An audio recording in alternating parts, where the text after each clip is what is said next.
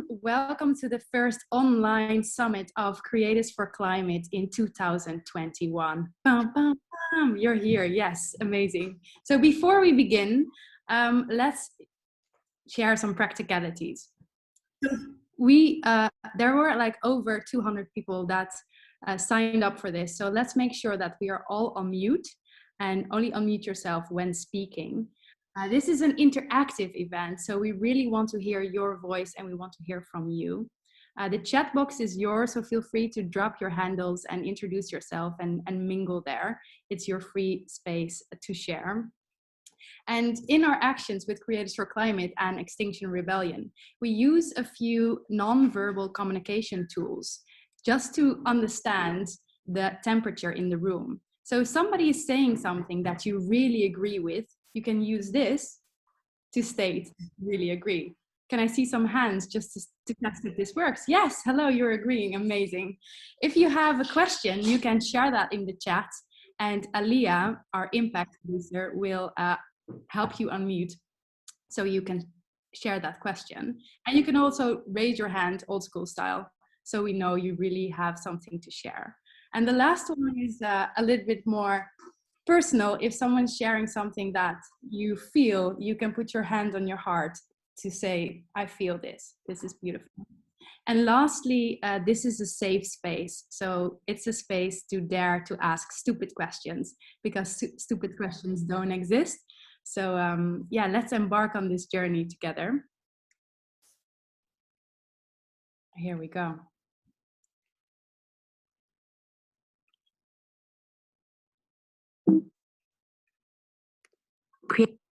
So Creators for Climate is a non-profit global network driving awareness and action on the climate and ecological emergency.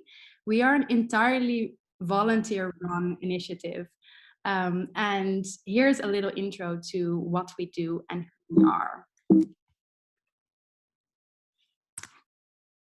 Creators for Climate is a global network on a mission to drive action and awareness of our climate and ecological emergency.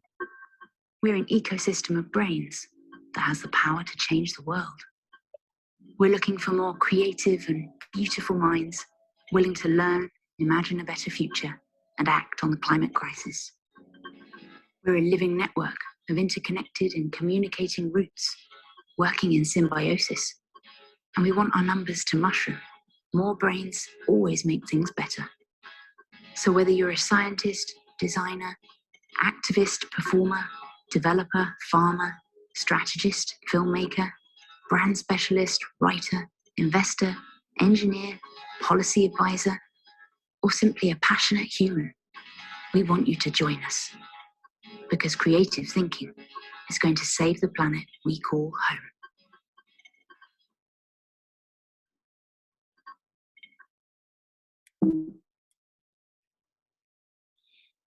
So the question of today is, what is the role, or what role can the creative industry play in driving the new economy?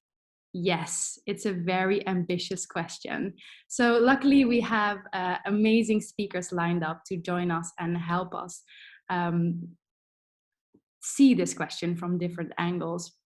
So we have Angela, who is a journalist and co-founder of agency Hooray, that will bring the creative agency perspective.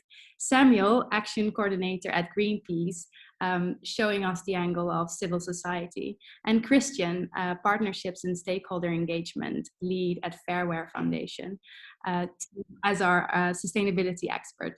So that's a little bit of what we have here in store for you tonight. And of course, Lucy, my co-host, founder of the Humble Brag Thought Leadership Agency, and initiator of Creators for Climate from the get-go in 2019.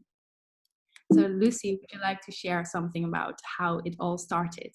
Yes, thanks Zoe, and so exciting to have everybody here. So in 2019, after basically having been challenged by Extinction Rebellion directly, we thought that we could possibly create a platform for Extinction Rebellion to share their perspective with the creative industries, and Patagonia very kindly shared their space with us to make that happen.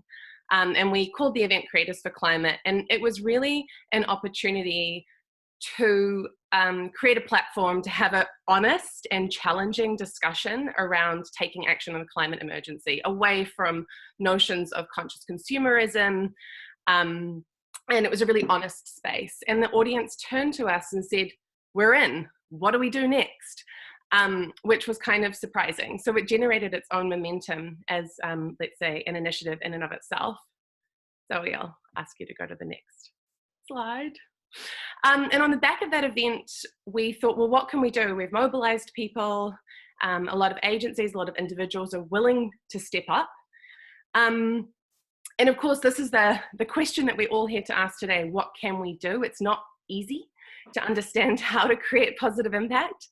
But we asked agencies, and this was really a local Amsterdam initiative at the time, to join us in declaring a climate emergency. We had 22 agencies, including the ADCN, do that. We obviously realized the agility of the smaller indie agencies to be able to sign off on a declaration like that. And what we asked them to do by joining us in declaring a climate emergency was not just a statement, because statements are easy, but in order to join us, they had to commit to create and strike. So there were the global climate marches at the time.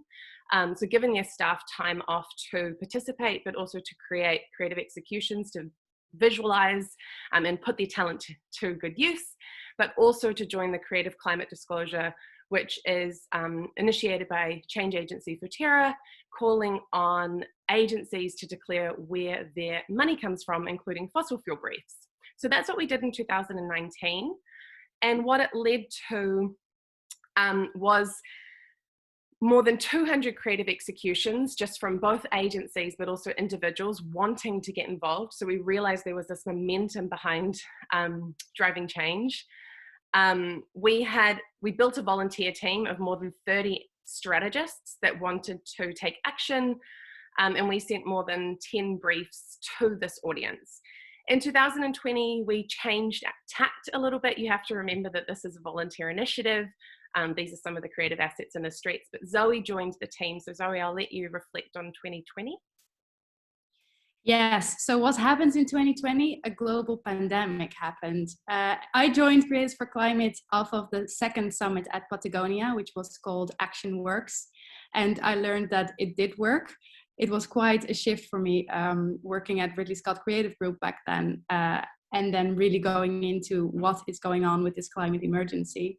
And during the pandemic, against all odds, Creators for Climate grew exponentially. So what started as a one-off event was then a little group in Amsterdam of creatives as a grassroots initiative, doing briefs and amazing projects. But once the pandemic hit, we went international and it became a global network. So we were able to work alongside grassroots initiative and regenerative solutions and scientists and activists to help bring all that work to the creative industry and to creatives that were sitting at home wanting to do something. So out of that, we grew double the size of our community, and we did some amazing projects. And one that I'm most proud of is the campaign together with For the Love of Bees. And this is an example of how creativity can actually lead to systemic change and to policy change. So we started 2020 with a learning session on regenerative agriculture, and who saw the film Kiss the Ground knows the importance of topsoil. Yes, I see some hands, amazing. So what happened was, after this learning event, our eyes were opened, and For the Love of Bees asked us to help because the local municipality in Auckland, the biggest city in New Zealand, wanted to use a toxin in the street as a weed killer. So glyphosate is a weed killer that not only kills weed, but also bees, and is dangerous for people and planet.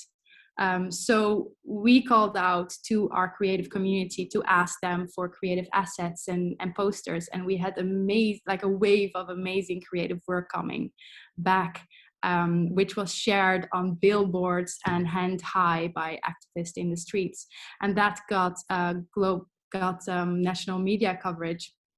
And the municipality, was a little bit shaken by it, and it actually made them change their mind and led to policy change. So this, I think, is a great example to show the power of creativity. What we can achieve if we act as one. So 2 more minutes on us before we turn to our speakers. But in a nutshell, as a volunteer initiative that's really just grown from grassroots momentum, we have discovered and defined our mission as reimagining a new system. So really harnessing the power of creativity, but also the creative industries and being part of that. And the value that we see for a community like Creators for Climate is creating a community to demystify sustainability. So I know that we have a lot of experts on the call, CSR, sustainability, regenerative experts. That's fantastic. I've worked in that space myself and recently read an article about the ivory tower of sustainability language. So I hope that this is a space that we can transfer some of that knowledge to the major communicators in society, who are the brand activists, the agencies, the brands themselves, because I see a huge chasm between these two communities. So this is a community to challenge ourselves, to have open questions, and to drive meaningful action. And we see our role as informing. This is a learning session, inviting. So if you stay connected to us, there will be opportunities to get involved and to connect more.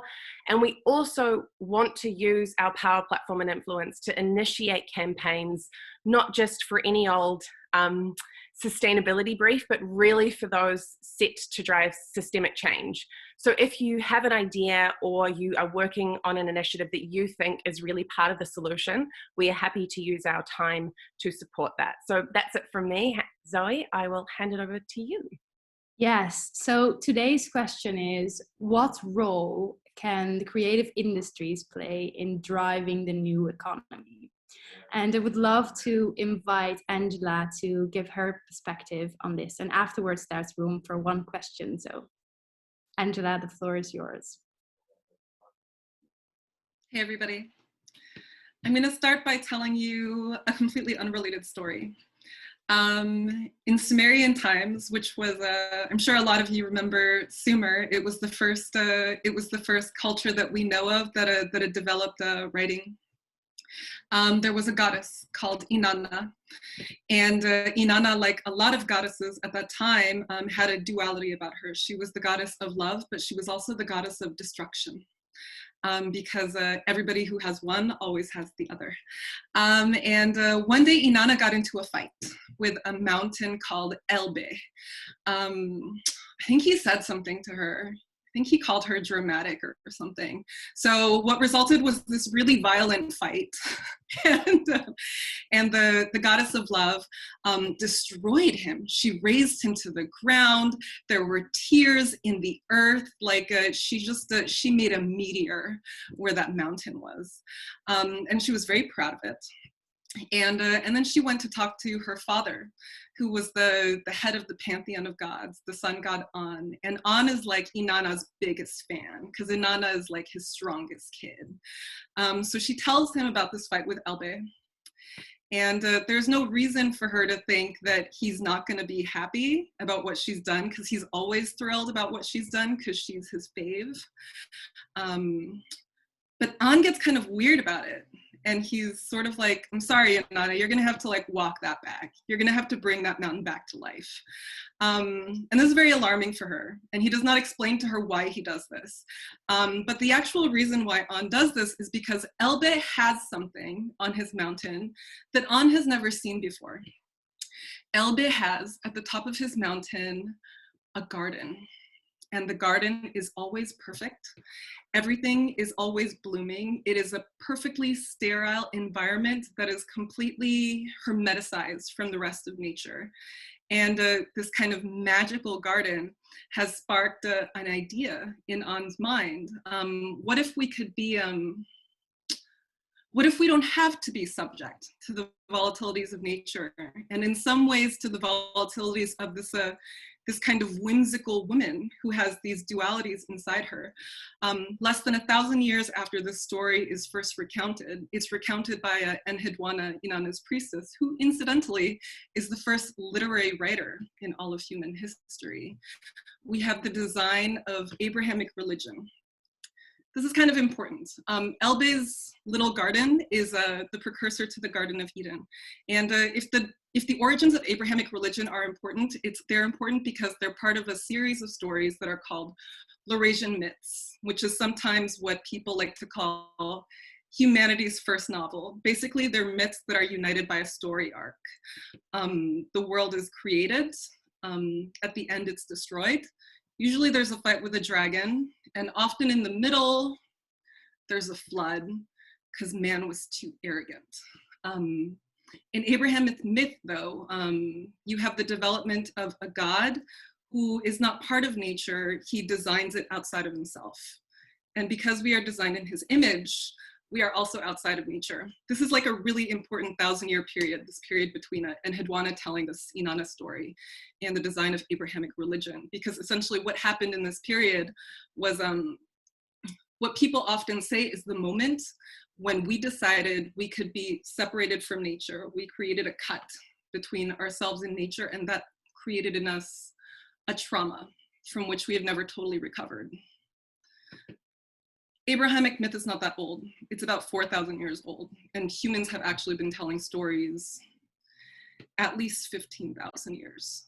And the reason why I'm telling this story is because a lot of the stories that we tell in our culture, particularly in advertising, seem like very old and natural tropes, but actually they're quite new.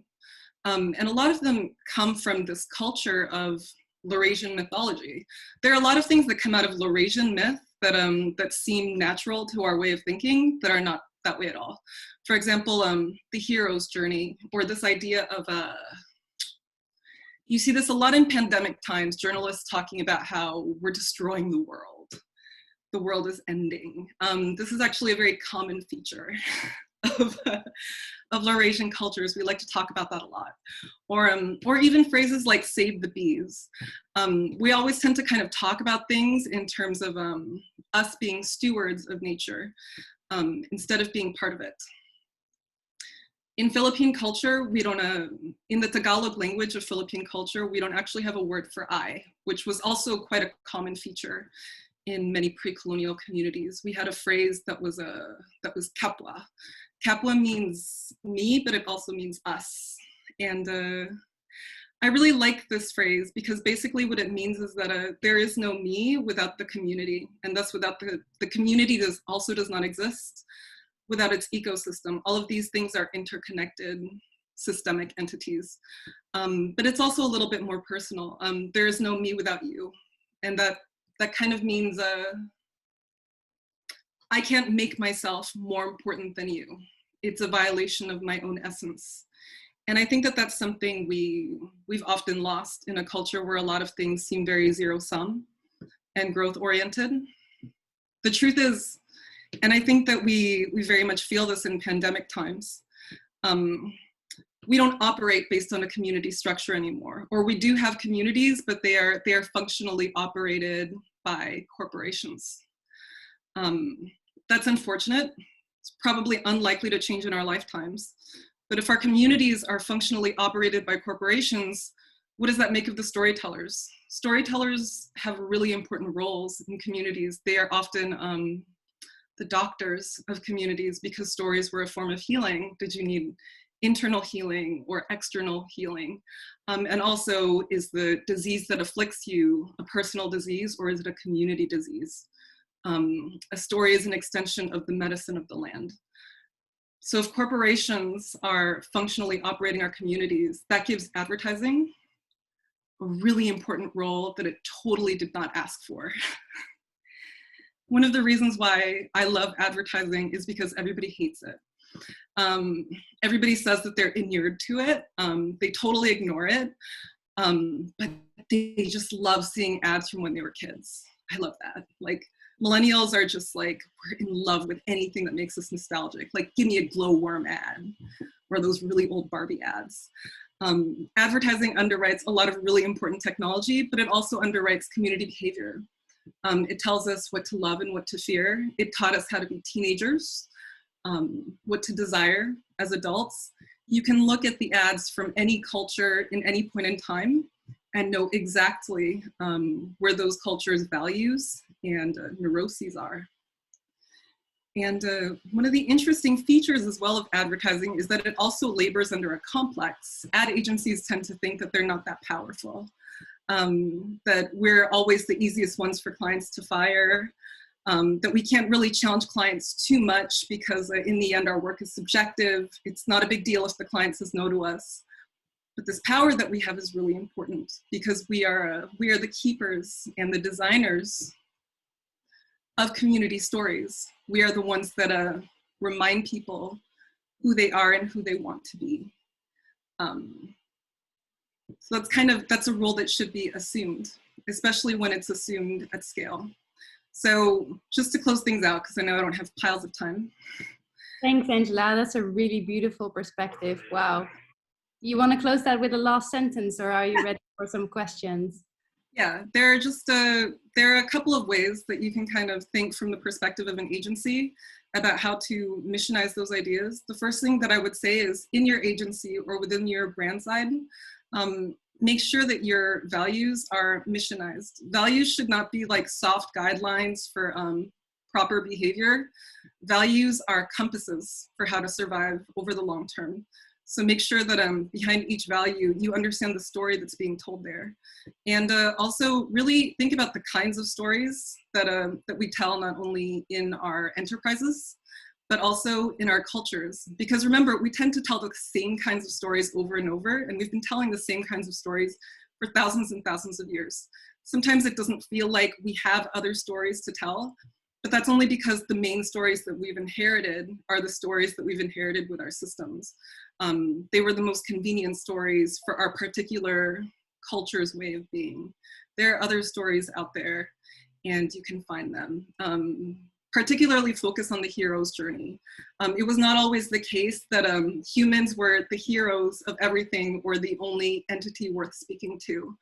And I don't personally think that the world needs a messiah or a hero. It really needs better listeners and better collaborators. And that's something that we really have to take the time to remember how to do. Thank you, Angela, and also for that perspective away from the egocentric I in Western culture that is very powerful and relevant for what we're doing at Creators for Climate, which is coming together to collaborate and think in new ways. So thank you so much for talking to us from a mystical but also advertising and industry perspective. I'd now like to welcome Samuel, who I actually met at a action and logistics training for Extinction Rebellion many years ago. He works at Greenpeace climbing oil rigs, and he will offer a different perspective on what it might mean to drive change from the creative industry. So Samuel, the floor is yours. Thank you. Okay, my introduction is nothing new. Like, we live in a system based on never-ending growth. And in order to survive, we're kind of forced to come up with new goods and services every day. And we have to keep on producing, and it comes with a cost. Either if it's environmental, with regard to climate, labor standards, etc. However, some industries are really destructive, and some are actually sustainable. And like Zoe mentioned in the introduction, and Lucy as well, I work as an actions coordinator for a major environmental organization. And this is what we do. We confront the baddies, the world's biggest polluters. And this is what it looks like. So there's about 10,000 tons of oil they wanted to leave underneath the surface of the sea to rot. And with this action, we wanted to kind of expose them. And during my work, I came to realize that the biggest polluters often have the best campaigns, making them look like saints. And the creative industry plays a major role in keeping this market alive. And also came to realize that this immense power of the creative industry can be used for bad, but also for good. So I kind of asked myself, why would these creatives lend their powers to these industries apart from the money? And then I realized that these companies don't only fool the broader public, but also the creatives themselves. They're pro-greenwashers. And washing is most simply explained as companies that don't practice what they preach with regard to sustainability, right? So apart from being able to fund the best creative agencies, they also make creatives complicit to their greenwashing by actually getting to think they're doing something good. And this is actually a post from Greta Thunberg. I stole it from her because it kind of encompasses what I'm trying to say. Even if you don't really want to, sometimes creatives get actually used to promote bad companies with fake solutions like green packaging, recyclable packaging, green power, biomass, for instance. And I won't go into the details, but a lot of them are not like real solutions. So if you go to the next slide, a company that looks like that, like the oil rig, actually gets portrayed like this. And this is actually the exact same company coming up with like a YouTube series, I think, where teams are actually encouraged to race each other and finish with the lowest amount of carbon exhausted.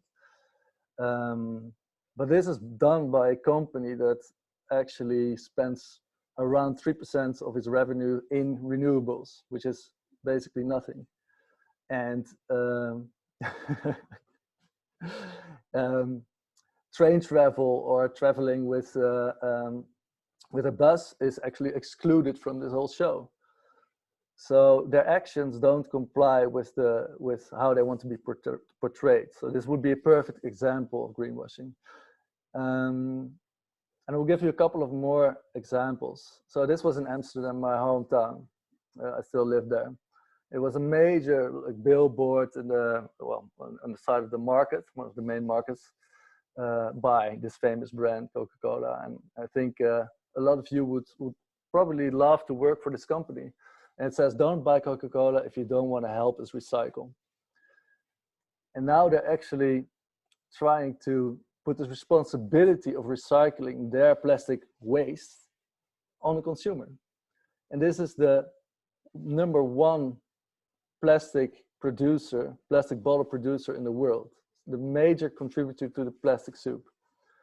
And back then, right now, I have to say, small disclaimer, they actually came up with some good plans to reduce their waste. But back then, when they had this campaign, they didn't. And they actually actively campaigned and lobbied against recycling schemes in other parts of the world. So this would be like a major example of greenwashing. And this one as well, I love this one. Actually, I took these pictures myself while I was on my bike. And then I saw this, the one from Nespresso first. And it says, hey, Amsterdam, are you going to recycle with us? Nespresso, what else? And then I thought, what else? Maybe biodegradable. And then actually 1 month later, in the exact same frame, the coffee jongens, the coffee guys, translated, came up with another campaign for their biodegradable coffee cups, which was quite an interesting contrast. So Nespresso, they say they kind of provide you with a solution, but it's not the best one. And then this one might look familiar for some people, and this is an interesting one. It's a campaign by KLM, the major Dutch aviation company, and it was a beautiful video, beautiful campaign. I think it was even their director asking people to fly responsibly and do not commute short distances, etc. Which was actually a perfect ask. It would be better and sustainable. But then again, at the same time, they ran a video campaign with someone exploring European cities, some of them within like a 4-hour drive from Amsterdam, to spend 48 hours in those cities. So that didn't add up. At the one hand, they tried to ask people to don't fly short distances, and on the other hand, they're promoting it. So the actions don't match their image, the image they try to portray. And I found this quite interesting. This is the first Creatives for Climate Summit at the Patagonia headquarters. And I engaged in this conversation and I asked public, like, okay, maybe you should inquire, maybe you should really investigate your clients or your briefs to see if you want to take them on. And this is still something I would strongly advise, actually. So at least investigate this company. Is the company delivering actual green solutions? Do the actions comply with the image they're trying to create? And do they have concrete sustainable ambitions? And also just engage in conversations with them to see if this is the case. And if not, maybe it's just out of stupidity and they don't have better solutions, but maybe you do. And maybe you can even start consulting those companies. But in the midst, in the midst of this talk, I was kind of interrupted by a girl, a woman in the crowd. And she said, this is never going to work. This is not going to work. Our directors are never going to agree to this. We'll lose clients. We won't be able to take on more clients. And this got me thinking. She might be kind of right. So, but we're creatives. So let's come up with a solution. And I came up with my solution. And it would be invest in your own markets. So identify the markets you want to work for, like renewables, solar, wind, hydrogen, reusable packaging, biodegradable packaging, products that actually are made to last, right? And then start investing in sustainable relations by working with sustainable startups. Maybe working for a lower fee, trusting that this company will grow and keep you on. And if you look at the coffee guys, the coffee jongens, actually, they are growing like crazy. So if you would have taken on that brief in the beginning, in the startup phase, and built that relation, then you could have had like a sustainable relation also financially. And I think this is quite an interesting idea. Also, if you look at the solar industry, they went through the roof, like 700% for some companies. So they could be interesting partners. So this is my idea, but I also would like you to think about your creative ideas to answer this question. How can the creative industry take back its power in order to take on briefs that actually benefit our planet? Thank you so much, Samuel. One of the kind of interesting realizations for me working with Samuel, who's obviously, like a hands-on activist at Greenpeace, is how much your job is actually thinking about industry and working with industry. So maybe we're not so poles apart as we think in coming with solutions. And actually, as we've already seen, Angela speaking from advertising, talking about indigenous wisdom and mystical power, we're all having to challenge ourselves in this moment and think from very different industry perspectives. So with that in tow, I would like to invite Cristian, our last speaker, who I know actually from working in sustainability in fashion, who is at the forefront of corporate social responsibility conversations, who can offer a perspective around change from a policy perspective. Cristian, how do you think the creative industries can help to shape a new economy? And then we'll open up to the audience. Hi, thank you so much for having me. Bearing in mind that I do not have a creative bone in my body, I'm going to try to just give some ideas, but again, I think we have to start looking at from a story perspective. As Angela said, the stories that we tell each other are very, very new. The idea that we exist in this capitalist world and it's been like this for ages, it hasn't. You know, it's a very recent development, basically something that really expanded after the Second World War. And so in terms of the history of humanity, it's a very, very new and kind of baby system that we're living through. But it's incredibly destructive. So what I'm really interested in is this idea of community, is that the things that we that we hold dear, when we talk about people during the pandemic and we ask them what they're missing, it's that connection. And we as people, we connect. But we often get told stories about how people are self-made. When you talk about people like Jeff Bezos and Elon Musk, it's like, oh, well, they're self-made men. That is not true. They may have had an idea, but they needed people to execute that idea. They built companies through communities. The fact that both of those men now want to escape to Mars and kind of leave everything else behind is a kind of interesting thing, where they are creating stories around sustainability.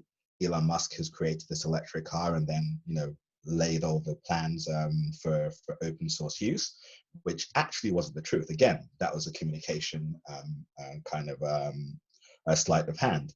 Again, Jeff Bezos has got his climate pledge from Amazon that they're working on. And when you dive into it, there's also no meat on the bones. And yet these same men are also responsible for running companies that exploit people. They exploit workers. They exploit the environment. Yes, Tesla is great. It's, you know, got it's an electric car, but actually, where are the batteries coming from? Where who are the people working in the battery to mine the battery components? So there are questions we have to ask ourselves about the stories that are being told, but then also to better understand how you can then reverse some of those things as well, how you can start to connect. And when we look at the economy, we look at, I work in fashion, we look at the economy, and we start to consider that in the next 10, 15 years, there's going to be about 600 million new middle-class consumers. I hate the word consumers, but I'll use it. Then we start to understand very quickly that actually you can't continue as you are, as we do right now. Things have to change. And so how does that change? That needs to take place through community. It needs to realign the economic system, the things that people hold financially dear, to something that's more connected to us. But also from a practical perspective, there's a whole move towards circularity, and yet how many people are actually renting clothes? How many people are producing clothes that can be reused and downgraded and upgraded again? And so I think it's really important as an industry to start to understand better what is going on outside, what is possible in the world, and start to address those things. And the ability to create, you know, amazing pieces of art where you inspire people, where in 10, 15 years time, people are looking back fondly at videos that they saw in their youth, and it brings back feelings of nostalgia. That also shows that you have the capability to shift the hearts and minds of people right now, and to create a desirable world that also looks different. It's really not just about replacing like for like everything that we have now, but of creating new opportunities, new means of production, new means of consumption, but also ensuring that we as a people are a lot more interconnected, and we move away from this myth of the self-made man. I think that. Thank you.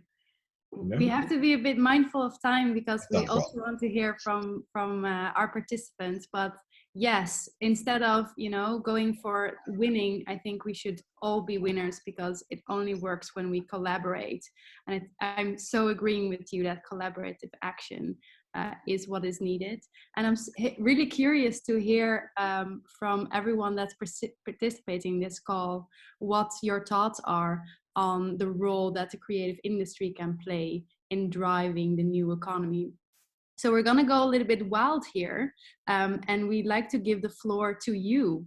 So if you feel it and you have a burning question for one of the speakers, or you have something to share on our main question of this summit, then please unmute yourself and take the floor. I think we have space for 3 to 5 people to share their opinion here. The floor is yours, you guys, take it. Hi, my name's Michaela Madigan. I'm an art director based in Brooklyn, and I have a question for Samuel, actually. Literally at this moment, while I am on this lecture, I'm working on a sustainability brief. I'm the earth person at my agency, so they put me on all the sustainability stuff, whether it's gonna go somewhere good or not. And I really loved your comments about really analyzing the brief, asking these extra questions. And I was really curious if you had any advice for someone who's a little, AKA me, I guess, a little bit lower on the totem pole when it comes to what ideas get to move forward and what gets to go in front of the client. I'm kind of in the realm where I'm just one of many creatives on a larger team. And I was just curious as to what your thoughts would be on someone who's kind of at a lower end of the scale, but has a lot to say about the work that's being made and put out for these brands. Well, actually, I think you could make a name by identifying new possibilities, like the key sustainable startups. If you could identify those and introduce them, maybe that would be a way in. Or isn't that an answer to your question? That's a really interesting point, Samuel. So how a creative can actually also do a little bit of new business by pointing to what briefs the agencies should take on. So we go in another direction all of the sudden, that the creative is way more in the driver's seat of what narrative and what myth are going to be built through this campaign. I was just thinking Angela might have a perspective on this. Yeah, I would love to add something to that, actually. I was itching to. So one of the things that has really been a benefit to me in my career in advertising is that one of the biggest problems that we have with people who feel like they have the right to speak is that they really love to talk about problems and not solutions. And one of the greatest reliefs that you can find, especially when somebody is quite young and doesn't necessarily know the pecking order, or they don't necessarily know how things go, is that they often tell the truth. So I would say, Michaela, wherever you are, like regardless of like these politics that you're not totally sure about yet, just tell the truth about what you're seeing. Tell them to whoever is there, whoever will listen. I've been in a lot of rooms, like some big agencies, some small. Not everybody is going to take you seriously. Somebody is always listening.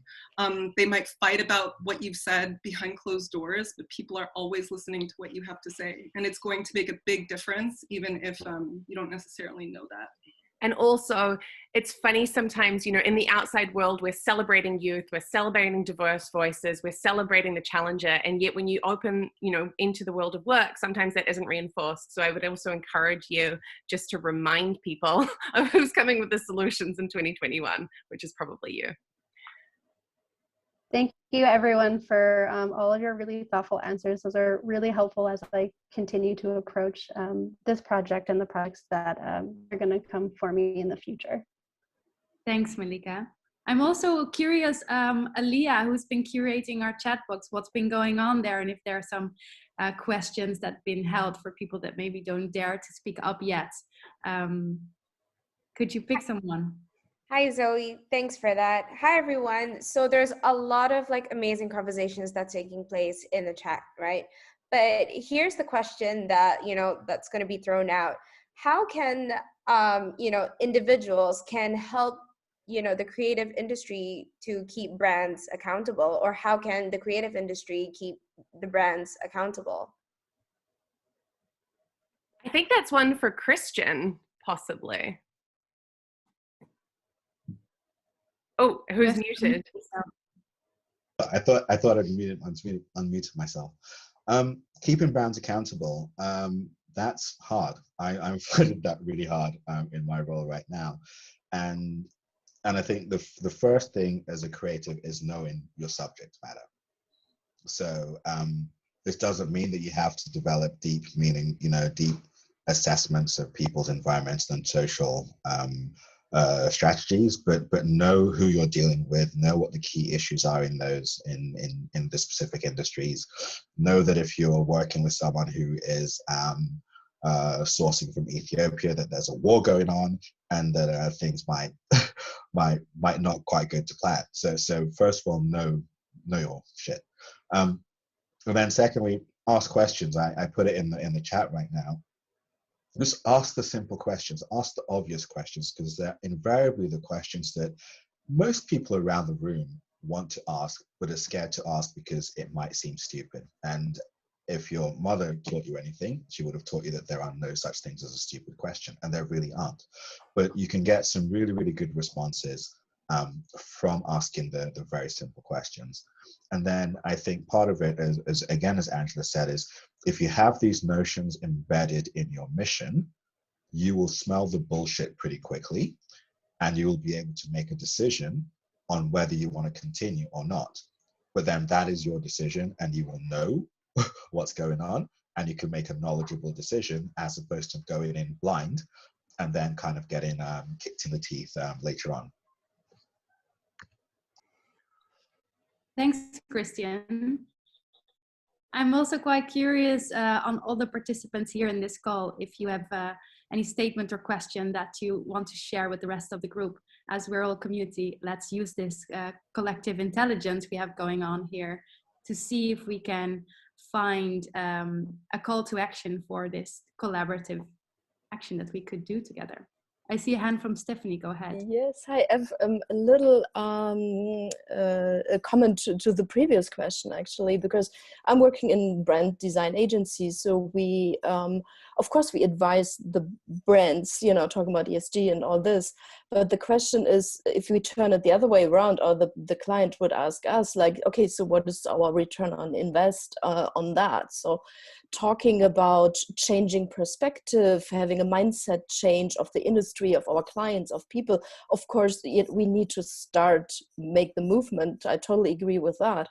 But if we're talking about business, a lot of times the big questions are like, what are the KPIs and what is the return on invest? So is it possible to find some kind of model or whatever to kind of make proof points that it is in return on invest in a different way? I think, Sam, you were talking about that earlier as well. And it's not only reputation. I'm just talking about like hard facts, KPIs. I think that would be something in the future to help improve the speed of the perspective change. Definitely. I'm just going to jump in quickly on that, Stephanie, in just saying that the recent example of sometimes in advertising, it's good to look outside of advertising to some of the less sexy companies. So Danone's a really good example of, or Emmanuel Faber, of a CEO that was outspoken, that was kind of celebrated as one of the change makers, the visionary new types of CEOs, that was willing to really push purpose over profit, or at least claim that these could be put in balance. Recently, he was ousted as CEO because the company wasn't driving as much profit as the shareholders would like. So I think we're at this critical moment where when a company is doing really well, its values are visible, everybody feels it, it's willing to take a stand, but actually, how far are you willing to go? And I would argue that that is the role of civil society. Unfortunately, civil society is underfunded and often at the mercy of corporate interests. So we have an imperfect system here.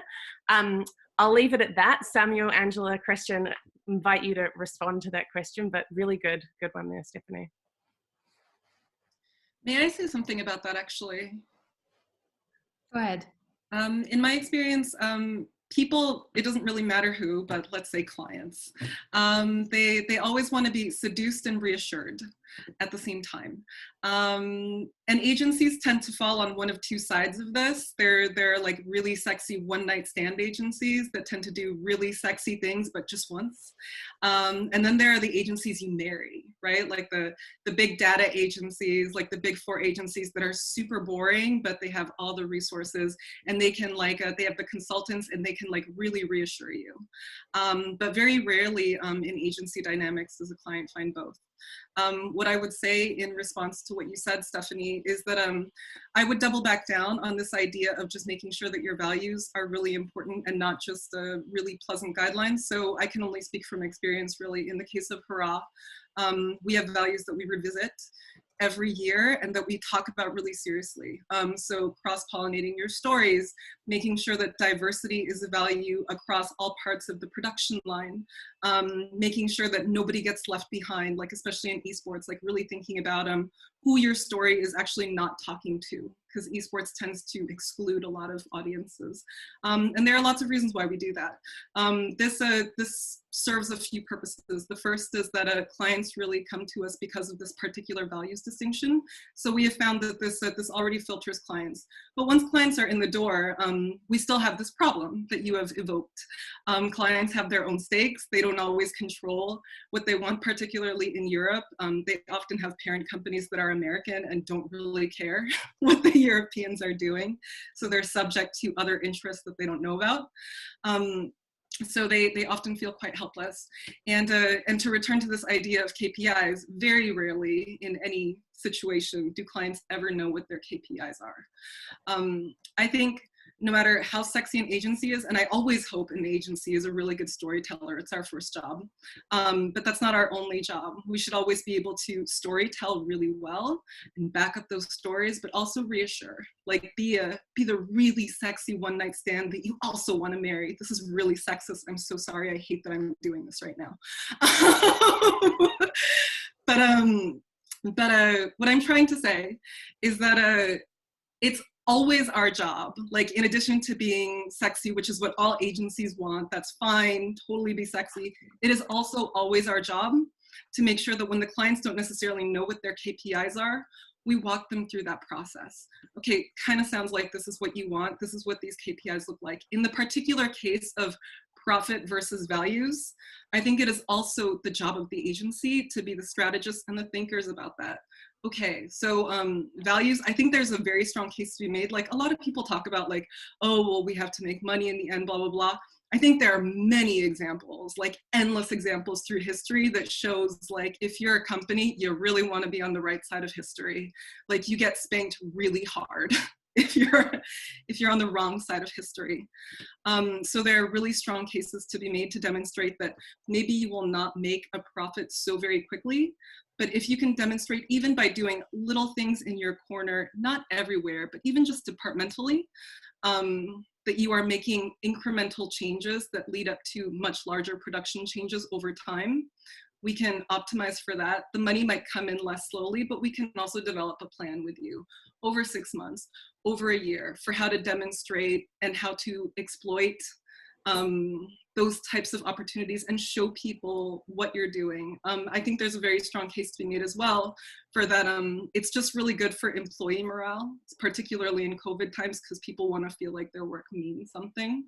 Like, I think that everybody wants that, you know? So I think that there are a lot of really strong cases to be made if you just sit with them and like hold their hands and agree to like walk them through that process. I hope that this is something that makes sense. Thank you, Angela. Actually, we have a couple of people who have actually raised their hands. So I will pass it over to James. James, you have 1 minute to share your perspective or ask your question. You have the floor. Right, I'll try and condense it down into 1 minute. So I'm a circular economy specialist, and I'm interested in the role of creatives to really create iconic designs. What we want is products that will last and be durable. But yeah, from an engineering perspective, you can do that. But how do you create products that are going to be emotionally durable, that people want to have in the long term? how do we tell the stories of individual products? Where is the opportunity for creatives in that space? And how do you actually go about that? In the audience to respond to that. We have some really incredible brains here. Open up the floor. Unmute yourself if you have a response, otherwise we'll go to our expert.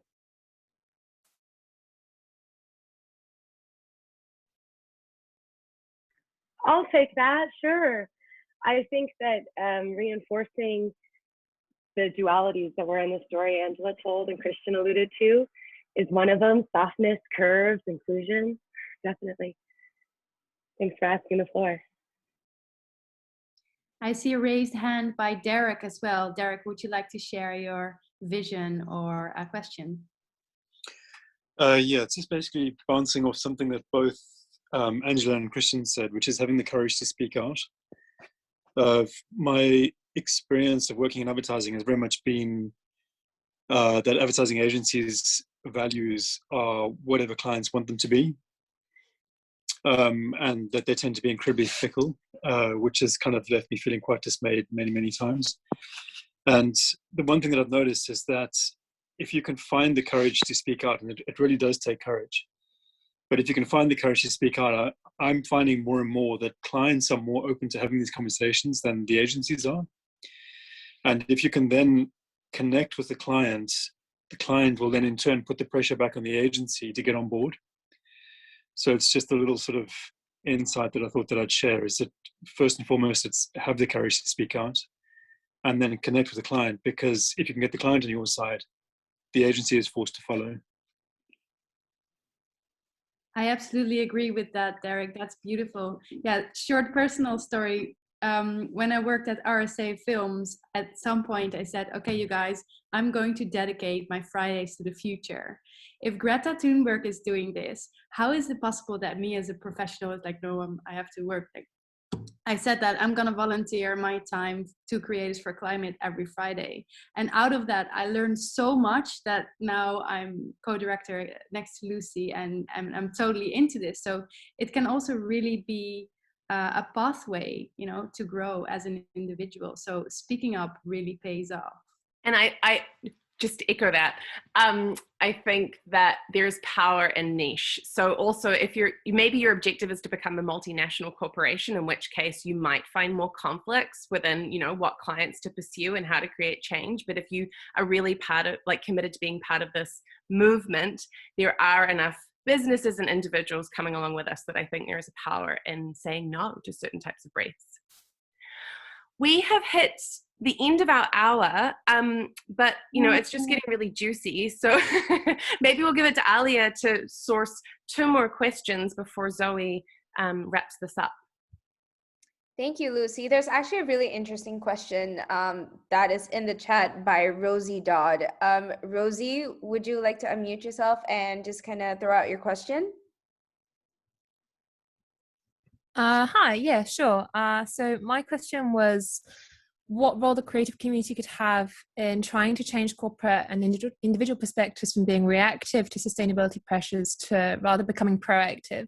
So I say that as a sustainability consultant, looking mostly at products and organizational carbon footprints. And a lot of the time, rather than designing in sustainability from the start, it's just very reactive, either to legislation pressures or just to ticking, like as a box ticking exercise. And if we could change that story and maybe help realign market values with societal values, as a lot of you guys have pointed out, in a creative fashion by helping change that perspective, that might be a really big opportunity in the creative sector that someone from my perspective would struggle to achieve from a technical standpoint.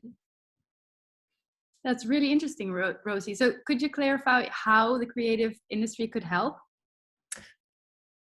Well, not really. That was kind of my question, but I guess it would be, in what ways can creativity and creative messaging help push that change in perspective from being reactive to being proactive? So really designing in those values and morals at the start and at the heart of business KPIs and at the heart and start of how products are being built and designed. And that leads into what sort of James was saying about the emotional durability of products versus the material durability, and thinking about things in that different way, because that sort of perspective shift and cultural shift, I think, is what's really necessary for long-term sustainable change on an individual and corporate level.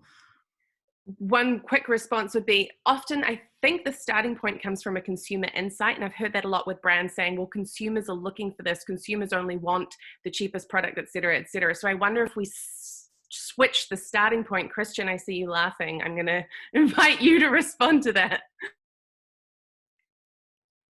Unmute yourself first. Yeah, so I kind of have a different perspective on that, because everyone's like, consumers want this, but actually consumers don't know what they want. They take what they're given, because we spend a lot of time creating trends and forecasts, telling companies what consumers want, when actually the people who created it was like WGSN or someone. So I think this idea that you know, consumers dictate is an excuse that companies use when they don't want to make a decision, or they kind of want to push the buck a little bit. What I saw really works from a sustainability perspective is that sustainability is actually really exciting.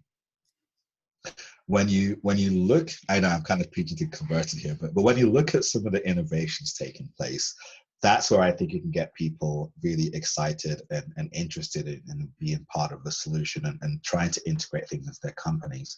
I think you'll always find people who are looking at it from a cost perspective, and so that's a role that you'll have to play. But in terms of, I would say from a fashion perspective especially, is understanding the people in your organization, what gets them going. And so when we talk about textiles, we talk about fabrics, we talk about innovative materials that are really needed in order to kind of shift away from plastics and be more and move more in circularity. Get the designers involved. Put fabrics in front of designers, get them to touch and feel, and tell them the properties, and tell them how it drapes, and tell them how it, you know how long you can go without washing a peppermint coated cotton sweatshirt for. And that gets people excited, and then they're much more likely to get on your side and join you and support. So it's about finding those angles for the different people in your organization. In your experience, Cristian, sorry to interrupt you there, but in your experience, has that worked with leadership buy-in previously, and have you found that they have actually gotten excited with those models? Because I can tell you, someone like me, super love that, super excited. I'm just interested in terms of the communication aspects. Obviously, this is something that I don't have any experience in personally. I think it's again really about knowing who you work for and what the margins are and the costs and things like that, and then being able to bring the right things at the right price, or maybe even the right things at the wrong price, but get people interested, so that you're not just talking about this is what we can do now, but you're planting the seed in people's minds for, we're waiting for things to reach, this fabric is going to be, reach economies of scale in the next season or two.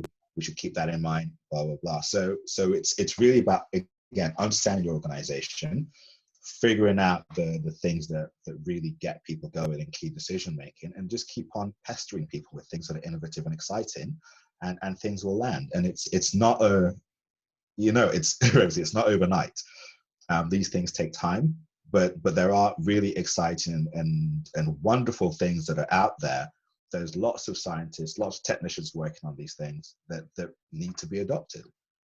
Absolutely, I agree fully with you here, Cristian.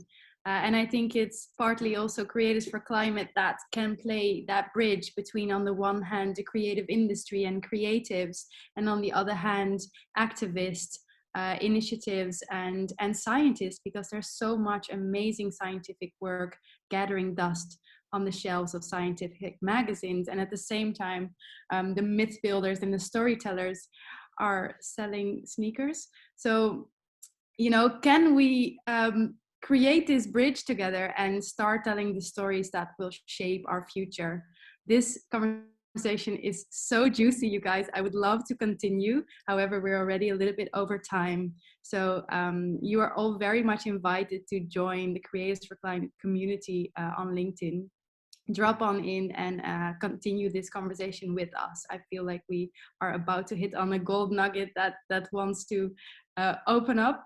And also, you know, we are an entirely volunteer-run organization, and we are looking or opening up to partnerships this year in order for our activities to stay sustainable and you know, grow, because we have grown this 2 years, and we're now really ready to take on this industry and do it together with you guys, with the community. So please join. And yeah, I think that's it for this one. Lucy, you have anything to add? No, I mean, this is exactly why we have created this space. I myself definitely needed a community to sanity check and test check ideas that I had around positive impact. I don't actually think any one person, let alone institute, has a solution. So the future is really in collaboration. And as Cristian recently shared with us, you know, we've been so conditioned to thinking on an individual level, both as companies and as individuals. So this is truly exciting. We hope to facilitate more conversations and spaces and opportunities to think and connect like this. So I've been dropping the closed LinkedIn group where I encourage you all to share your ideas. We want to hear from you. And thank you just so much for joining.